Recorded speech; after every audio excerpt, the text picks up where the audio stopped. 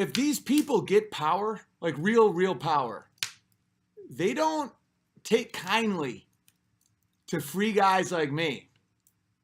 And I've crossed the Rubicon a long time ago, you know? And so that's why sometimes people are like, oh, you're so brave. I'm like, I'm scared as fuck. I'm just so aware at what the future is if I don't do anything, that's all I got. And we're going to talk positive, because this is another thing that I had to figure out is like, I can't come on here every night and just talk about conspiracy theories and the left and anti-freedom and stuff like that. It's all about building. You got to build, you know, because I was having a conversation about this with my wife, and she said, well, you got us now, you know, and she's like, and who knows what the future brings? And she's right. And she's like, the point is, if you're in a constant state of like, they're coming to get me, you're not as good of a person as you could be to your family, and you don't perceive the world properly, and you're not really helping anybody, you know? And I am a pretty positive person, pretty constructive, but I can fall in the same traps. So, you know, being aware, one of the reasons that I focus on the snakes and focus on the problem sometimes is because I've always felt that people aren't aware of them. And if they wake up to the fact that stick really is a snake, it's not a stick. When they're like, oh, people can jump and think that a stick's a snake. I'm like, those aren't sticks. So I focus on that to get people to wake up to the snakes, because if they don't, they're in a real vulnerable position. But that being said, you also just have to carry on. You got to do what you do. And so that's why I wake up in the morning and I have breakfast with my family, and I work in the yard and I grow things, because it's so healthy for me mentally to just exhaust myself physically. And at the same time, you're always looking ahead. You know, like I'll show you some stuff. Let me see here. So these are the raised gardens, and hang on a second. The focus of this episode is going to be on gardening. I'm just going to go through lessons from Canada, a few things like that, and then we're going to talk about gardening, because you guys have had some great insights. A lot of you guys, like when I was in Canada, this one dude came up to me and he was like, "Yo, man, you inspired me. Me and my girl just moved to the country. We got chickens. We're growing stuff." And he was like, "It's the only way out." You know, like it was to the point where people would see me and they'd come in and be like, it was like those intense fans, but not scary, like really beautiful. And the people I was with that put on the show were they were really impressed by that and kind of like blown away, you know, like people weren't coming in like, I want to smell your hair. I want a piece of your skin. I want to suck your dick. You know, like what fame brings to a lot of people. It was more like, you gave me a plan. Like I'm having a child, and it's beautiful. So that's why I'm going to keep doing stuff like this. But, so I want to talk a lot about gardening, but anyway, so yeah, I make these bets. We're going to get more into details. And then my boy Ryan came over with a little tiller, and he showed me how to use it. And three of his four kids came over, and his wife, and we all hung out and had dinner. I ordered dinner for everybody, and they let me borrow the tiller, and that's what communities do. And then Amy had an idea for shapes, like to make the shapes look cool. And so this is just what I do like all day. And so here's Walter with rabbit. We got rabbits now too. So we have rabbits and ducks and chickens. And, you know, because when you're looking towards the future, you're the best you can be. When you're like, okay, it's the end of January. We should start working on where we're going to plant things. It's like, it's not even spring yet. It's like, I know. And then you start working on your greenhouse and your seedlings.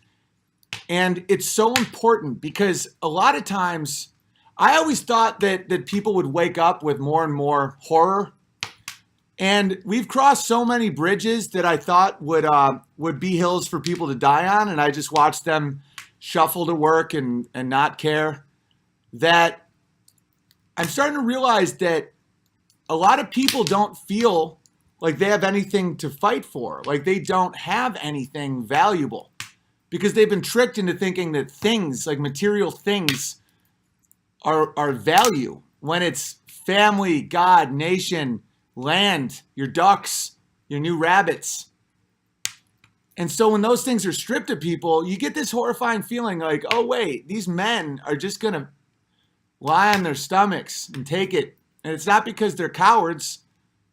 I had this realization, man. It's like, I thought everyone was being a coward. They just don't care. They don't have anything to fight for. And like, I have so much to live for and to fight for. And if the price is my imprisonment or death, and if people think I'm exaggerating, my show in Canada was illegal. And shout out to the Greek Orthodox Church for putting on the show. I'm gonna play a little clip from this one dude talking about it. Let's listen to my new buddy. Check this out, Angelo, great guy. So learn from Angelo, everybody. I put this on as its own video. It's called Canada's Fallen. But check this out. All right, tell the story. So, all right, yeah. Here's the story. We're booking Owen Benjamin for Vancouver. We're looking around for venues. We find the Rio Theater, the world famous Rio Theater. Seth Rogen loves it. Kevin Smith loves it. They're going to knock it down. They kept it up. All great. We book it. The lady, who's super liberal, we know she is, who owns it, she asks us, well, who's the comedian? And we say, well, let's sign the contract first and we'll get to that. Eventually, she finds out it's Owen. And then there's silence for a day. And I get an email back from her saying, you know, our community and our theater will never host a fascist who cyberbullied the Parkland kids, and our community's inclusive and we can't do this. And I said, so inclusive, I can't come. Yeah, inclusive, he can't come. And then we're like, all right, you know, some people don't get comedy, so we'll take the deposit back. And that bothered her so much that she continued like emailing us for the next 2 weeks. She would stop and we'd think, okay, that's over. We got our money back. No big deal. And then like we'd get a new email saying the audacity that you would even have. I can't believe you would even bring this person to our city. Let me just fill you in on some. Okay, so in the past, I would have been like, but Bill Maher, because I thought pointing out hypocrisy and double standards would work as an argument. It doesn't. Like here's a meme for you. The tale of two American kids. On the left is Desmond, a 9-year-old drag queen with autism. That there's now photographs of Desmond, this little boy dressed as a girl, because their parents are just as horrible as you can be as a human.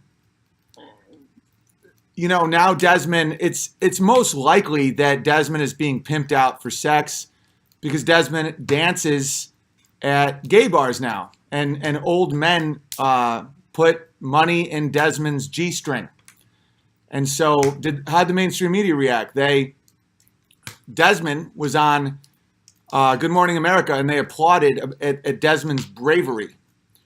On the right, you have a 15-year-old kid at a Catholic school who was violently, like just viciously attacked by adults, you know, telling him that he should go back to Europe and he's an incest kid and, you know, all these horrible, horrible attacks. And the mainstream media showed him, and celebrities and everybody with a voice painted him out to be a racist and a bigot, and people were calling for his head, like punch this guy. You know, Bill Maher said that you know that he sees why the priests don't want to fuck this kid or something. Bill Maher, his production company is called Kid Love Productions, and he's on tape defending pedophilia, just FYI. So this isn't going to change. In fact, it's only going to get worse. And so when Angelo is talking about me not being allowed in the theater because of my verbal abuse of the Parkland survivor, he's talking about David Hogg. That's David Hogg, and it was about gun rights.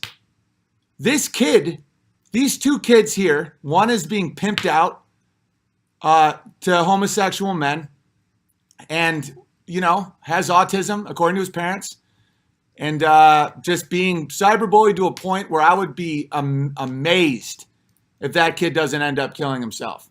And on the right, you have someone who just got annihilated. You know, people were definitely threatening his life, threatening his family. People turned on him, people he thought he could trust. It's horrifying what happened to this kid. So I know it's not going to change, guys. I know I'm not a fascist. I know that I wasn't abusing a kid. Everyone knows with their eyes open, but their eyes aren't open, and they don't care about me.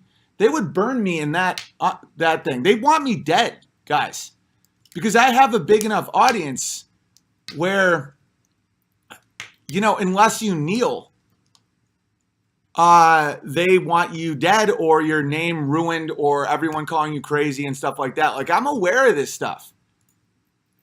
That's why I have so much contempt for these comedians that have implied that I was racist or I should edit myself, because it all it does is signal to people that they can go at me hard.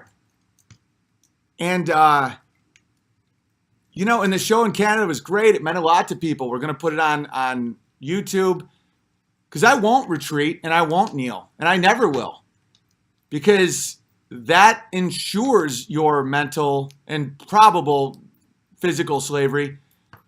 But at the same time, you got to focus on real life and now and stuff like that. There's always been problems. There's always been abuse of kids. There's always been abuse of power. There's always been slavery. There's always been.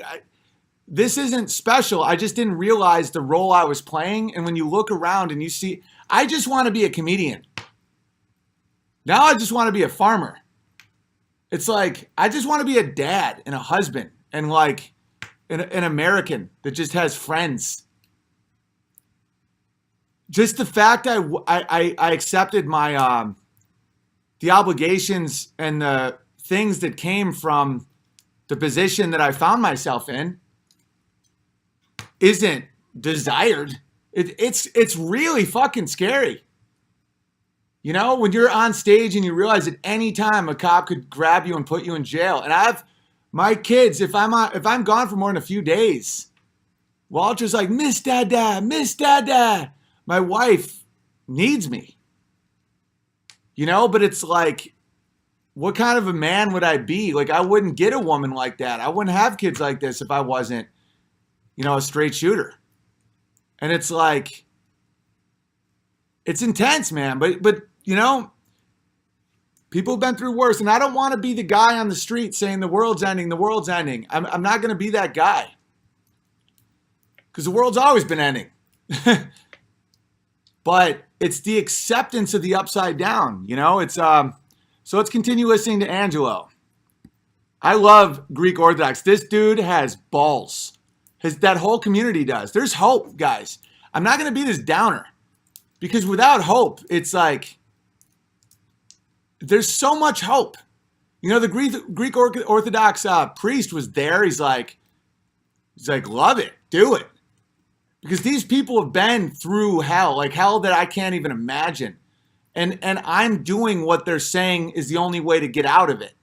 The main thing is people think it'll never happen to them, and people accept lies, and people I have so many people write to me that have survived civil wars and socialist collapses, and they're like, I wish I had done what you were doing now then.